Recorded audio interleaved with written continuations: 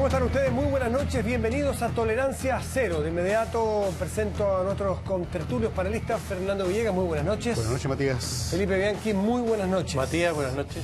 Y dado que ocurrió lo que ocurrió a las 6 de esta tarde, la renuncia del ministro secretario general de la Presidencia, Jorge Insunza, invitamos a este primer panel a Francisco Vidal, ex vocero de gobierno y miembro del Partido por la Democracia, el mismo del ex ministro Insunza. Gracias por estar aquí esta noche. Buenas noches, ciudadanos. Sin engolosinarse, esta noche. Esta noche. ¿Estamos bien? Sé que hay una vacante, pero es esta noche. Esta noche. Bueno, claro. Francisco Vidal. Además estoy comprometido con mi canal. Me parece muy bien, sí. Quiero invitarlo, Francisco, y a ustedes en su casa a ver la siguiente nota. Fueron 7 días no exento de polémicas. Pero podrían haber cerrado un puro lado, no todos los lados. No, pues, no es porque Pinto Durán amaneció rodeado de barreras y carabineros a comienzos de semana. La política y el dinero continúan estando en una unión insalvable. Y aquí no basta que el ministro diga, ay, esto es todo, está todo en regla. Frase que comenzaba a detonar una nueva discusión entre oposición y gobierno. La situación originada por el pasado de asesor de Codelco y Antofagasta Minerals, mientras era diputado y presidente de la Comisión de Minería, el ministro Jorge Insunza no hacía más que traer el recuerdo de lo vivido con el ministro Peñailillo. Y a partir de esa información, insisto, hecha pública por mí, es que el diputado Kass principalmente ha levantado, de la UDI, ha levantado este cuestionamiento, que para que seamos francos lo que busca es generar un empate espurio. Nos parece importante destacar que lo que el país requiere es transparencia.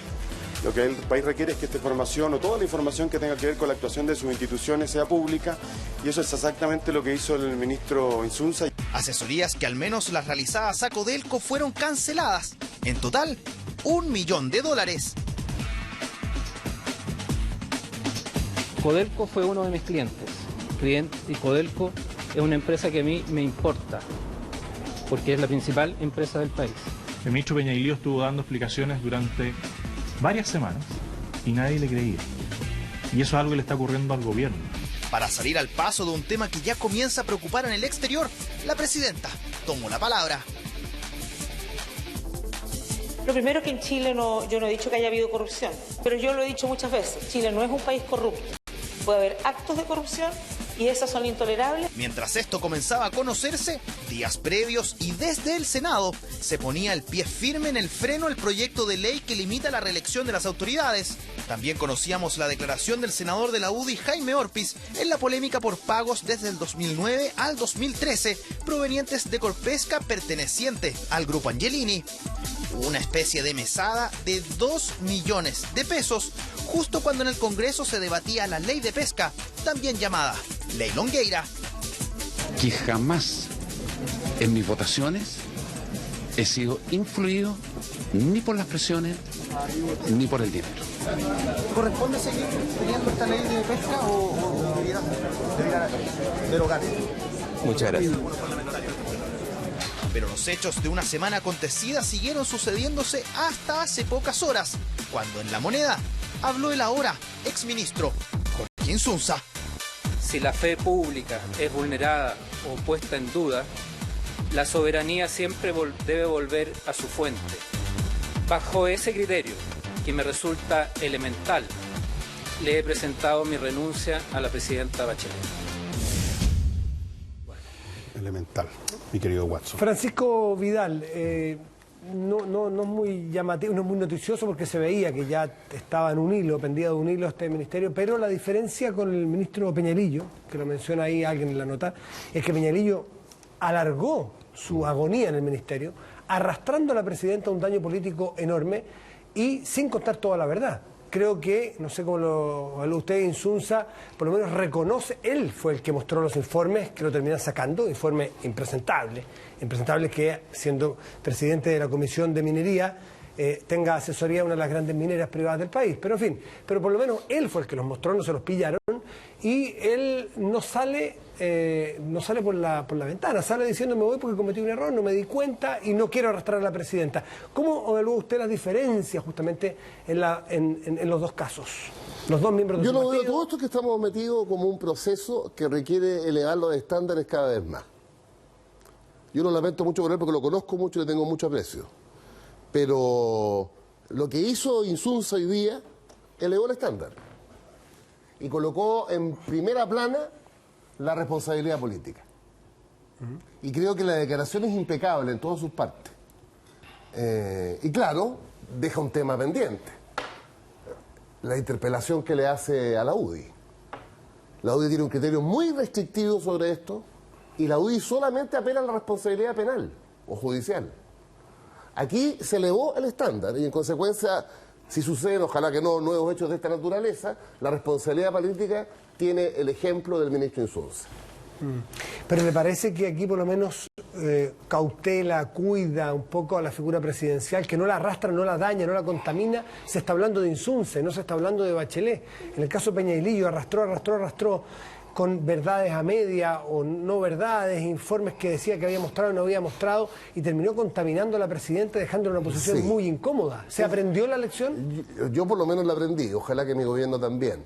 Y además, otra lección aprendida. En esta ciudadanía, en este Chile de hoy, si tú cometes un error, lo primero es reconocerlo y decir exactamente todo la verdad sobre el error. Es lo que hizo Jorge Insulza. Francisco, una cosa es reconocer el error, que es lo que ha hecho Insulza, y otra es detectar el error. Duró 27 días en el cargo. Cuando salió nombrado en su cargo, ya hubo algunas voces que decían, ojo, hay algunas cosas de Insunza que pueden traer problemas. Sí. Otro de los ministros nuevos del Partido Comunista también se dijo, ojo, tuvo que ver en el manejo de la universidad, mira cómo está en la universidad. Algunos de los controles están fallados. ¿Alguien está haciendo controles en el gobierno? No me consta, pero habitualmente se hacen. Y en el caso de los ministros se le pregunta, pero yo tengo una interpretación, fíjate. Vamos a suponer que la presidenta Bachelet, junto con convocarlo, le pregunta, ¿tienes alguna...? Para Jorge Insunza, como lo dijo el viernes, esto era completamente normal. Lo que pasa es que, en palabras de él, muy sabia en mi opinión, lo que es normal en la política chilena en los últimos 15 años, dejó de ser normal. Hay un punto, perdón. Dejó de ser pero dejó de ser habitual. Hace varios meses. Sí, claro. Y esto duró 27 bueno, ahí está el días. error. El error de Jorge es haber aceptado el nombramiento, teniendo en consideración que tenía este tema que es legal, pero que políticamente es insostenible. Particularmente en el cargo de la Comisión de Minería, Antofagasta Minas, o sea, todo lo que él dijo hoy día en su declaración. Yo creo que si sacamos una lección aprendida positiva, el cerco se corrió, por así decirlo, hacia un mayor estándar en materia de responsabilidad política. Se elevó el cerco. Es mejor lo que pasó hoy día que lo que ha pasado antes. Ahora, disculpa, una cosita, Fernando, dale. inmediatamente. Es que lo que dice usted que él señala que no se había dado cuenta, no le tomó el peso. Lo dijo. Que lo dijo. Pero habló de ceguera. Sí, él mismo dice que mi propia libertad me ensegueció o algo así. Pero es curioso porque él tenía, antes de ser diputado, dos empresas. Sí. Dos empresas que prestaban estas ¿Sistema consultores? Exactamente, Ibertus. Sí. Y te quiero decir una experiencia. Yo lo contraté como ministro el año 2003. Sí, si la sociedad se hicieron. Y el sistema existe. Sí. Era una cosa, a mí me servía mucho como vocero. Era una cosa diaria, otro informe semanal y otro mensual. ¿Qué característica tenía cualitativa? Que era como la tercera derivada de la prensa escrita cuando tú lees. Era más sofisticado su análisis. Sí, los trabajos están, no lo han dudado nadie que los trabajos se hicieron. El punto es que él tiene estas dos empresas y antes de entrar al Parlamento deja una. Sí. Deja Análisis Consultores y sigue con Vertus. Claro. Entonces, él hizo en algún momento el ejercicio de revisar, no es que se le pasara, él dijo, ¿cómo no lo vi? Lo vio. Sí. ¿Por qué se hace esta discriminación de dejar una empresa? La que tenía que ver con Codelco. La que tenía que ver con Codelco, que él salió de la propiedad, o sea, ahí lo hizo bien, pero siguió con con las asesorías que entiendo, me pueden corregir, que recibía 3 millones de pesos mensuales del Grupo Luxich. Otra vez, esta compulsión por tener vínculos con la política, que el Grupo Luxich le paga al presidente de la Comisión de Minería, diputado por Illapel, donde está la mina Los Pelambres del Grupo Luxich. No. Entonces, pero vamos a Insunza más que a Luxich. Sí. Insunza. dio el tema, no es que se le pasó, porque en uno de los casos tomó la decisión de salirse. Bueno, y a mí me queda claro conociéndolo además, y además me gustó mucho la declaración. Él cometió un grave error, no solo al haber asumido, sino que también en una especie de reload, también el error, mira, además la ciudadanía no puede entender esto. Los ministros tenemos completa incompatibilidad con cualquier trabajo, salvo una tradición republicana. ¿Tiene algo para mañana? ¿Tenemos, dijo? Los ministros tenemos. Este es mi gobierno. Ah, es que dijo los ministros tenemos. No, da lo mismo. Teníamos entonces. Solamente puedes, por una vieja tradición republicana y correcta, máximo 12 horas de clase a la semana, o sea, 3 cursos. Que además son inviables, yo quise hacerlo, es imposible. Pero esto de que los parlamentarios tengan la posibilidad de complementar o con otras actividades, esto se discutió en el 2003-2004 con los parlamentarios que eran abogados. Ahora, este es nuestro Chile, pues reaccionamos. Entonces el martes, Francisco, la bancada PPD presenta un proyecto para que eso no ocurra. Y cuando yo digo, así es Chile, reaccionamos, por favor un minuto. Oye, tuvo que haber un desgraciado que mató una guagua curado para que tengamos la ley Emilia. Tuvo que haber unos neonazis que mataran a un homosexual para que tengamos la ley Samudio. Y tuvimos que vivir el ridículo de los bingos para que tengamos la ley de bingo. Lo puse en todos los planos, Sí. La ley de violencia de los estados y todavía no lo logramos. Con esa serie de metáforas tuyas, porque podría decir una cosa muy pesada. No, pero se trata de Así eso. que no la voy a decir.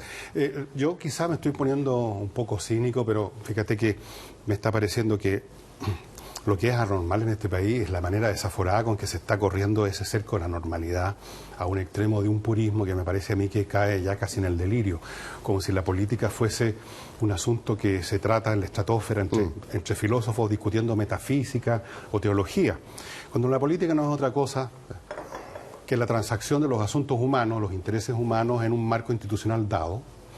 Y en esos asuntos humanos los más importantes son los asuntos de recursos, el dinero, en todas sus formas, que si la tributación, que si el bono, que los fondos basales para tales o cuales universidades, que el aumento, un aumento salarial para los empleados del Estado y los presupuestos en general. El 99% de las funciones de un Estado pasan alrededor de asignar recursos y la sociedad en general se mueve alrededor de eso, de la manutención.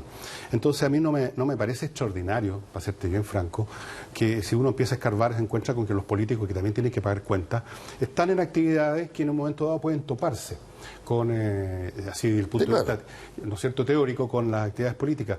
A mí personalmente, y aquí vuelve a aparecer el cinismo, me parece más importante no que un señor demuestra una especie de pureza beatífica que nunca estuvo en nada, ni siquiera indirectamente relacionado con su gestión ministerial o estatal de cualquier clase, sino si lo que él hace y propone es bueno o no, es positivo para la sociedad o no, independientemente que si esas ideas las obtuve con unos tipos que me llamaron por teléfono, si yo incluso obtuve algún beneficio por una campaña. Yo sé que todo esto suena hoy en día en que el discurso políticamente correcto es colgar gente a los árboles si lo pillan que tiene la más mínima mancha, porque ahora se convirtió en mancha el ganar dinero. A mí me parece francamente una estupidez y creo que lo que está pasando y lo que va a suceder es que vamos a terminar no entregando la política a los arcángeles y a seres absolutamente de otro planeta, sino que se la vamos a terminar, paradojalmente, como tú como historiador lo sabes, al contrario, a los canallas que se hacen pasar por puros, a los demagogos que se envuelven en la historia está llena de eso, hemos visto, en la historia está repleto esos personajes. Y particularmente en América Latina. Eso, particularmente en América Latina. Entonces...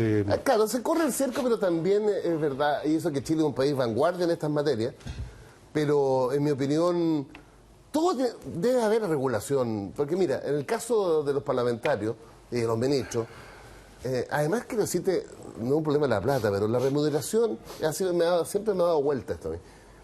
El momento que tú eres ministro en Chile o eres parlamentario, en ese momento pasa a ser parte del 0,3% de los chilenos de mayores ingresos.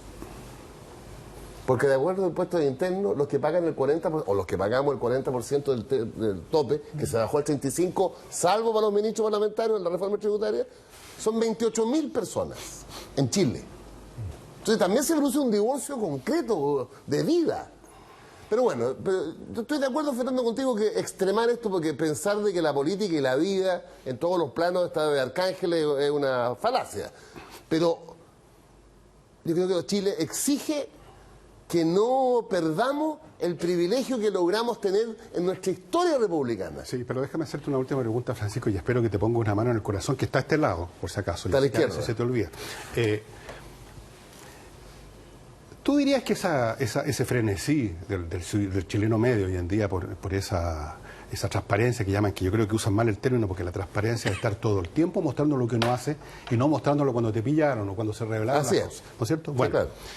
¿No te parece que esa idea viene o esa actitud viene de una elevación moral, ética de la sociedad? ¿O aquí hay temas de resentimiento, de rencores y de rabia, que como toda rabia no son precisamente, son bastante miserables muchas veces? Pero es una rabia acumulada contra el poder. O sea, cuando el jubilado va a comprar los remedios a la farmacia y después descubre que le sacaron de su bolsillo las 3 farmacias 57 millones de dólares. Esa es una cifra de la Fiscalía Económica, y que pagaron en multas 41. Cuando compra los pollos y hay colusión de pollo, o cuando quiere ir a la Virgen el 8 de diciembre, los buses interurbanos y también lo estafan. O, ¿qué me decís de la señora? 1 millón de chilenos, pobres. La señora que compra la plancha en la Polar a 15 lucas y termina pagando 400. Puta, la plancha buena. O cuando van a pagar la universidad gratuita a los que tienen más plata, y hay escolares. Entonces, en la prebásica que no tienen colegio. La rabia no es un buen... No es gratuita. No es un buen amigo. Viene de abusos que son reales. Pero si yo quiero hacer un diagnóstico de esto que pide la ciudadanía, es rabia contra el abuso.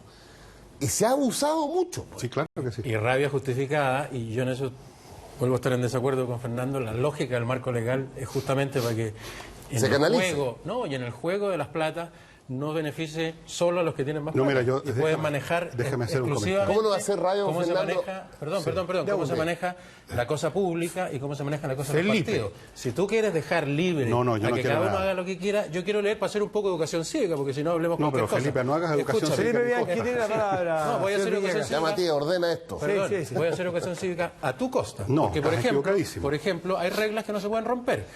En el caso de Insulza y Codelco, que como dice Matías, tuvo el tino de analizarlo y saber que tenía que salir un poco antes, pero él trabajaba durante algún tiempo para Codelco, justo hasta antes de ser diputado, entiendo. Supongo y espero que no haya sido durante la época de diputado, pero hay un artículo en la Constitución, el artículo 58, que dice que los cargos de diputado y senador son incompatibles entre sí, lo que es bastante obvio, pero además dice que todo empleo o retribución con fondos del fisco también es incompatible para cualquier diputado o senador.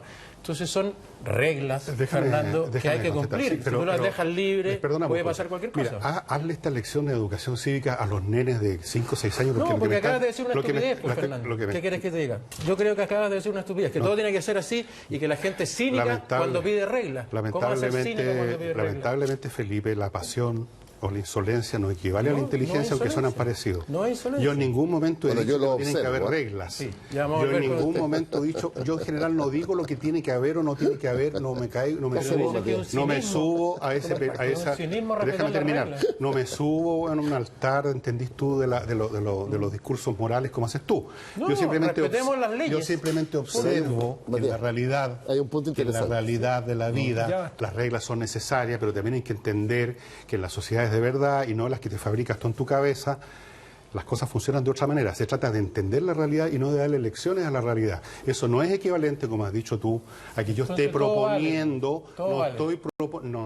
Vuelves a equivocarte. Así que ese adjetivo de estupidez yo creo que vas a tener que usarlo para tus palabras y no para las mías. Bajemos la pasión, muchachos. No, es buena la pasión. Mira quién habla, pero... Sí, pues nada pasión. Por las puras pelotas nomás. Pero hay un tema, fíjate, que también dejó Jorge el día con su declaración. Ninguna parte.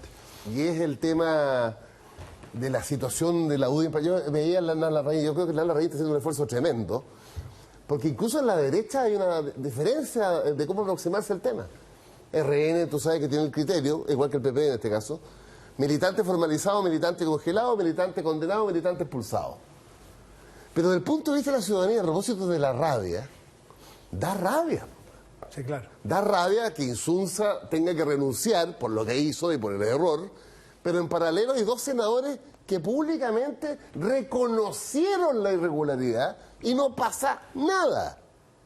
Desde el punto de vista de su decisión, ¿te fijas? Francisco, espérate. Eso da rabia. Solo para ser justo con la UDI, es el único partido que sacó a su presidente porque estaba involucrado. Y pidió disculpas. Es el único. Sí. Y sacó a Wagner de su militancia. De su militancia. Pero te digo que hay un tema que también, Fernando, da rabia también. Yo pienso. Pero sígueme esto, sígueme. Yo sé que tú Cuando vaya al Servicio de Impuestos Internos y percibes que el 78% de los chilenos no paga impuesto a la renta porque está exento. ¿Cuál es el perfil? Y está exento, fíjate, porque gana menos de 580 lucas. Entonces, cuando esos 78% de chilenos ven que la clase dirigente, me incluyo, está por sobre los 6 millones, da rabia. Pero espérate, perdón, Francisco. Dan rabia muchas cosas, pero solo por el tema de insulsa. ¿Cómo no da rabia también que el presidente de la Comisión de Minería da rabia. Trabaje por una minera?